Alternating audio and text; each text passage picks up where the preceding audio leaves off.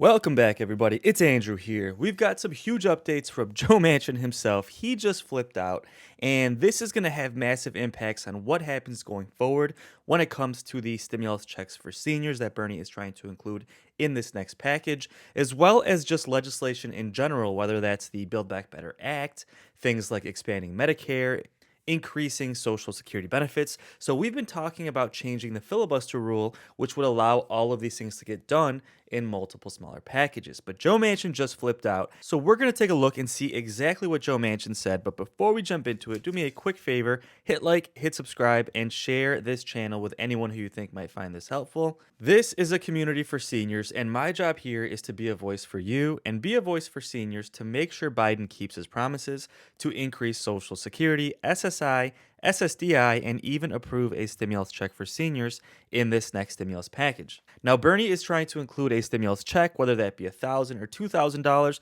but of course, we've been hitting multiple roadblocks, and Democrats' latest move is to try and change the filibuster rule, but now we have Joe Manchin flipping out, saying he doesn't want to do it. Now, of course, this is an ongoing battle, so we're hoping eventually it gets done, but as always, things are difficult with Joe Manchin, and he just gave us an update. He took the Senate floor discussing exactly his thoughts on the filibuster, and he's really focusing on voting rights, but really this is going to have effects on everything, including Social Security, Medicare, stimulus checks, everything across the board would be affected by this filibuster change. Now, Joe Manchin said that he doesn't want to do this because it's going to perpetuate the political divide that we have in Congress, but this comes off as a little bit naive because obviously, this is something that's been going on for years, and when we have Republicans changing the rules to pass things like Supreme Court justices to avoid the filibuster rule, why shouldn't Democrats be able to do that to help seniors? Why shouldn't Democrats be able to change the filibuster rule to increase Social Security benefits, to expand Medicare, to provide affordable housing, to do things like that that will help seniors in the long run? So, on the one hand, this argument sounds naive, but on the other hand, it almost just feels like an excuse as just a cop out to not try and vote to approve these things and really not help seniors because he doesn't want to increase government funding.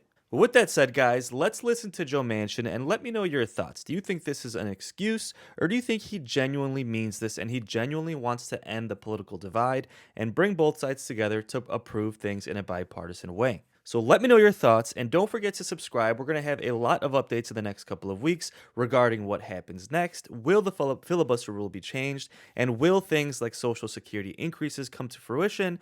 Will stimulus checks for seniors happen, which is something Bernie Sanders is trying to do? So we should have a lot of updates in the next couple of weeks. And with that said, guys, let's take a look and see what Joe Manchin said.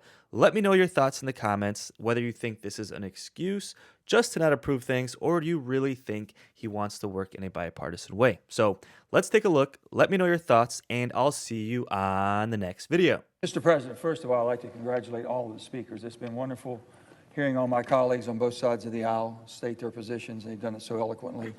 And we've all learned a lot. And I'm not sure it's changed anything, but we sure have learned a lot in this process. But I rise today to rebut what I believe is a grave misleading of the American people.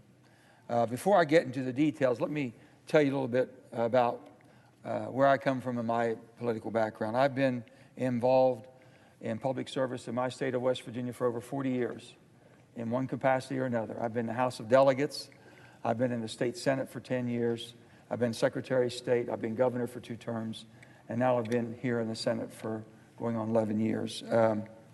When I served in the legislature, I could put a bill on the floor, or I could put a bill in committee, and it would go through committee. It would go to the floor if it came out. I could get amendments on it. Sometimes it passed, sometimes it didn't. But at the end of the day, we had a place we called Junior Rules. It was behind the Senate chamber. You go behind the doors right here, it would be Junior Rules. After it was over, after we had our debates, discussions, whether it be in committee or whether it be on the floor, we would all gather, Democrats and Republicans. We ate together. We had some refreshments together. We spoke about what happened today and what we could do to make it better tomorrow. I never could understand when I got here how divided we were. How did this happen? So I kept thinking, when I first got here, they said, well, you know, the Republicans are over there and we're the Democrats here. And it's nice we all get along and everything. But now when they run, we got to be against them. I got to be against you, no matter how close you may be, no matter if I sit beside you, no matter if we have dinner at night. If it's your up and cycle, I got to be against you. Not only that, am I supposed to be against you, I'm supposed to basically write a check to whoever's running against you. To whoever's running against you. And maybe even they'd want me to maybe go to your state and campaign against you. And I'm thinking, you know something? Where I come from in West Virginia, if I went to work during the day and you did that to me, we're going to go outside and have a little conversation. That ain't going to happen back where I come from. And I wasn't going to do it here. Now, if we can change some things, that's what we should be changing. Why should we do this? How are we expected to sit down at the end of the day or the end of a session or end of anything and come back on Monday and says, okay, now, Senator Thune, would you go on this amendment with me and help me with this bill? After I just came out and basically worked for your opponent who the Democrats have recruited and basically give them money. That's not going to happen. It's not going to happen. So I keep thinking, we keep thinking what's wrong with the place. That's what's wrong. I tried to get just a little oath that we could all sign that we wouldn't do that to each other. I guess there used to be a gentleman and ladies agreement. You just didn't do those things. But not anymore. Not anymore. I heard when the good old days, okay? I don't know what happened to the good old days, but I can tell you they're not here now. We can talk about a lot of things and the way we want to change, but I still really believe that we should be talking how we treat each other and how we approach each other in a body that's 330 million people are depending upon. But rules, what little bit we have left that maybe makes us take pause before we jump off of that bridge, we better be careful what we're doing. After the state legislature, I also had the privilege to serve as West Virginia Secretary of State. I never one time as Secretary of State in my official capacity had anyone ever talk to me, we've got to suppress the vote. Democrat, Republican, Independent, no matter what. No one ever came and said, Joe, we've got to stop this group from voting because that won't help us. No one ever thought that way. You know where most of my ideas came? I brought in early voting. I had a lot of men working in the mines, shift working and all that, and sometimes on Tuesdays, on our election day, they couldn't get off. They had to work. So someone says, well, you know what we did in our state? We had early voting. We call it no excuse voting. You can come anytime you want. You got 7 days, 10 days, 2 weekends. We did whatever. So I had a hard time getting people to understand. They think, oh, maybe something bad is going to happen. Something nefarious will happen. It took a while for me to get 7 days in. Just one weekend. Fought for that. After I got 7 days, they wanted more. I understand that Kentucky just has early voting, and that's great. They make those decisions. That came out of the experiment we call the Great Experiment, state by state. There's 50 experiments that go on every day in every state. We should learn from them. They should learn from us. We all share together. We've got many former governors sitting here. We know how this works. And that's what we're talking about. I also started a program calling Shares. It was a Shares program. I had low turnout in West Virginia, and I was trying to get the turnout up. So I'm thinking, what can I do? And I always thought this, I can't sometimes teach an old dog new tricks, but I can teach a pup some tricks that maybe get the old dog to follow them. So I called a program called Share, Saving History and Reaching Every Student. Saving history and reaching every student. Because Jennings Randolph, former Senator Jennings Randolph from West Virginia, was the father of the 18-year-old vote. It took him 21 years to get it done. Started back in World War II, didn't get it done until 1970. He was the father. So I had the Jennings Randolph Award. I had every high school competing for it. Because we went out and educated the students. If you're 17 years of age and you turn 18 on election day or before, on a general election day or before, you can vote in a primary election at 17 years of age. No one knew that. Kids didn't know that. We got them all fired up. And I'm going to tell you, we have awards and made big ceremonies, and all of our election counts went up. Everything went up. Did a good job. And they really, really appreciate it. So we were able to increase the turnouts. But I believe with every fiber in my body that every eligible citizen of voting age should have the right to vote and be protected by law. Everyone. And I think everyone in here believes the same thing. I truly do. That we should be able to do that. Later today, we're going to vote. Now, I'm going to vote again to protect that right, and I'm going to be proud to co-sponsor of the Freedom to Vote Act and the John Lewis Voting Rights Amendment Act. We all have different positions on that, but I'm proud to be part of that. But that's not what we're debating right now. I think we all know that. Right now, we're debating a fundamental change in the Senate rules that will forever alter the way this body functions. For the last year, my Democratic colleagues have taken to the Senate floor cable news airwaves, pages of newspapers across the country, and to argue that repealing the filibuster is actually restoring the Senate to the vision of the Founding Fathers intended for this deliberate body. My friends, that is simply not true. It's just not true. The United States Senate has never in 233 years been able to end debate on legislation with a simple majority vote. With a simple majority vote, have never been able to end debate. Could not stop a debate. Robert Byrd used to say 2 things a senator can do. A senator has a right to amend and a right to speak. He always said that. In fact, prior to 1917, there was no mechanism for ending debate in the Senate whatsoever. Couldn't end it. In that year, the Senate adopted a cloture rule. It required that debate to end when 2/3 of the voting senators willed it. Since then, the cloture rule has been amended 7 times, always by regular order. I hear all these things we're talking about, but we forget a lot of the things are done with regular order.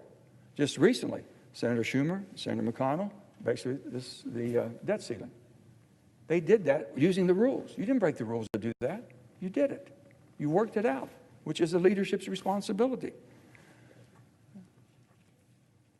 It means that the Senate has followed its own rule book when making changes that affect legislative debate.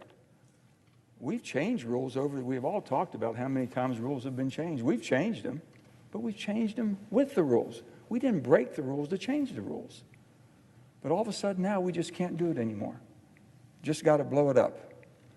The rule book means that the rules changes are done on the basis of broad bipartisan consensus, not imposed on the minority by raw majority power, no matter who's in power. The majority does not have that power to do that in this Senate. Now my colleagues propose to sidestep this process. They would use the nuclear option to override a rule that we have used ourselves, but now seem to find unacceptable. Unacceptable now. We're going to break the rules to change the rules. We'll make up new rules as we go along, invite ourselves to future majorities to disregard the rule book at will. No rule of the Senate can withstand the act of a willful majority. No rule will stand the willful majority, not the cloture rule nor any other rule. Let this change happen in this way, and the Senate will be a body without rules. There will not be no rules. The Senate's greatest rule is the one that is unwritten. This is an unwritten rule, and it's the greatest one we have. It's the rule of self-restraint, which we have very little of anymore. Self-restraint. The rule will be broken along with the cloture rule if the nuclear option is executed, and for that I cannot be a party to that. But there's good news. Here's the good news. We don't have to change the rules to make our case to the American people about voting rights, about the John Lewis. We don't have to. We really don't. Senator Schumer didn't have to file cloture to cut off debate. He didn't have to fill the amendment tree to block Republican amendments. We're here. We could have kept voting rights legislation as a pending business for the Senate. Today, next week, a month from now, this is important. Let's work it out. Let's stay here and go at it. I think you all are here. Everybody's here. Had a lot of good talks today. I'm sure you have a lot of amendments you'd like to make, and all of us would like to make amendments. We want to see it work again. Let's do it. Let's go for it. That's exactly what I think should be done. I think the American people really need that. I think that we owe that to them. We've wasted a year behind the scenes. Partisan negotiations, back and forth, talking through each other, around each other, but not to each other. Let's have the debate with Democrats and Republicans and let the American people decide. The pressure will come. That's what filibusters were about. The pressure mounted until you made either a compromise, you made a decision, you all decided to go. It's one way or another, you were going to end that filibuster. And today we haven't seen that. Just 4 years ago, 61 of us, 61 senators, myself being one, 33 of us on the Democrat side, many of which are sitting in the chamber today. You've heard this many times. We sent a letter to Senator Schumer and to Senator McConnell, warning them of the dangers of eliminating the filibuster. That letter presented a united front committed to preserve the ability of the members to engage in extended debate when bills are on the Senate floor. While some of the senators have changed their positions, I have not. I respect that this is a two-way street, and I would hope you would respect where I am. I respect that you have changed your position on this. I would hope that you would respect that I have not, and I have never wavered on this.